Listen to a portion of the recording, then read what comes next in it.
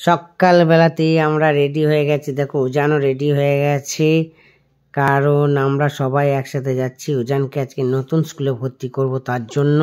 আর এদের সূর্যি মামা এখনও ওঠেনি, এখন বাজে প্রায় 10:30টার কাছাকাছি। তা আমরা সবাই মিলে, সুমিত্রাও আছে, এদের সুমিত্রা, আমি উজান গাড়ি নিয়ে চলে গেলাম নতুন স্কুলে, যেটা আমাদের হচ্ছে বোলপুর বাস স্ট্যান্ডের কাছে। টুইঙ্কেল স্কুলের নাম। আর স্কুলের ভেতর ঢুকে গেছি এবং দেখো কত সুন্দর স্কুলটা, বাচ্চাদের বসার জায়গা। পুরো স্কুলটা একটু দেখিয়ে দিলাম। আয়দা উজান চলে গেছে খেলতে। এখানে যেহেতু স্লিপ আছে, উজান বলছে যখন ভর্তি হয়েছি একবার স্লিপটা কেটেই নি, তাই তো স্লিপ কাটতে শুরু করে দিল।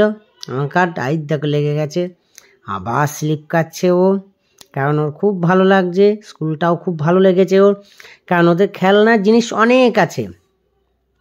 এই তো আবার স্লিপ কাটছে, ওখানে বল খেলা আছে। তা করতে করতে ওকে আবার এগুলো সব দেখাচ্ছি। যাই দেখে এটা স্কুল বলছে খুব ভালো লেগেছে। এই দেখো তার মধ্যে দুটো হাতির পিঠে চাপিয়ে দিলাম ওকে একটা, আর এক পিঠে আমি হাতে করে নড়াচ্ছি, ও দুলছে। ওকে বলছে কই রে সোনা, তোর হাসিটা কই? তখন ও ফিক করে হেসে দিয়েছে সোনা আমার।